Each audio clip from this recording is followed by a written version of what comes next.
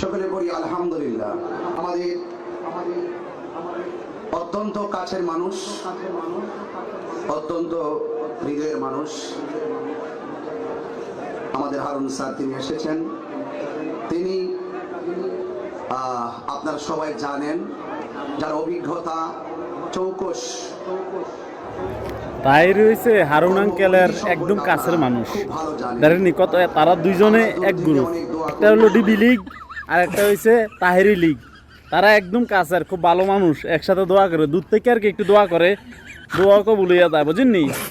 আর যে একটা পরিশ্রম করে দেশের জন্য, এটা তো দেখছেন সবাই, যে একটা পরিশ্রম করছে প্যান্ট শার্ট খুললা, যে পরিশ্রমটা করে, এই পরিশ্রমের কারণে তাহেরি সাহেব দোয়া করে যাতে এত পরিশ্রম করে ক্লান্ত হইয়া যায়, এই জন্য তাহেরি সাহেব দোয়া করে, বুঝেননি।